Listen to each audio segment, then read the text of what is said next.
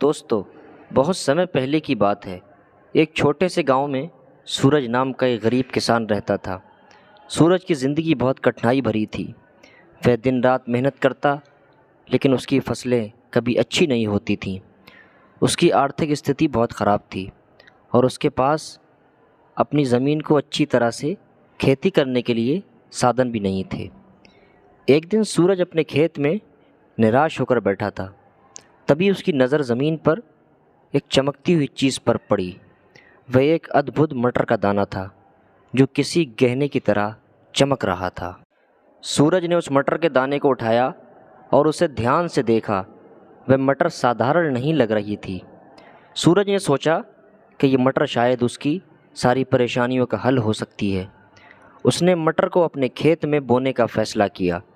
सूरज ने उस मटर के दाने को अपने खेत के सबसे ऊंचाई हिस्से में बो दिया और हर दिन उसकी देखभाल करने लगा।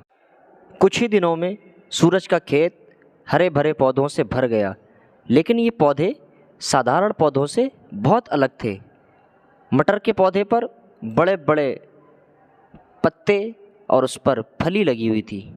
सूरज ने जब फली को तोड़ा और उसे खोला तो उसके अंदर छोटे छोटे सोने के दाने थे। सूरज की खुशी का ठिकाना नहीं रहा। उसने सोचा कि इस जादुई मटर ने उसकी ज़िंदगी बदल दी। सूरज ने सोने के दाने बेचकर खूब पैसा कमाया और अपने हालात सुधार लिए। अब वह अमीर हो गया था और उसकी सारी परेशानियां ख़त्म हो गई थीं।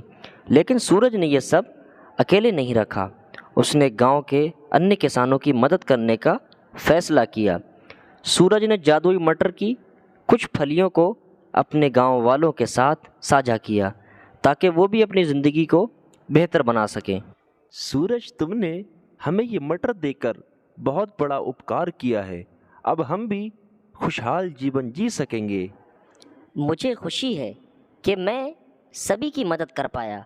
ये मटर का जादू सिर्फ मेरे लिए नहीं बल्कि हम सब के लिए है। तो दोस्तों, सूरज की उदारता और अच्छे दिल ने उसे गांव में एक आदर्श व्यक्ति बना दिया। उसने ये सिखाया कि सच्ची खुशी दूसरों की मदद करने में है।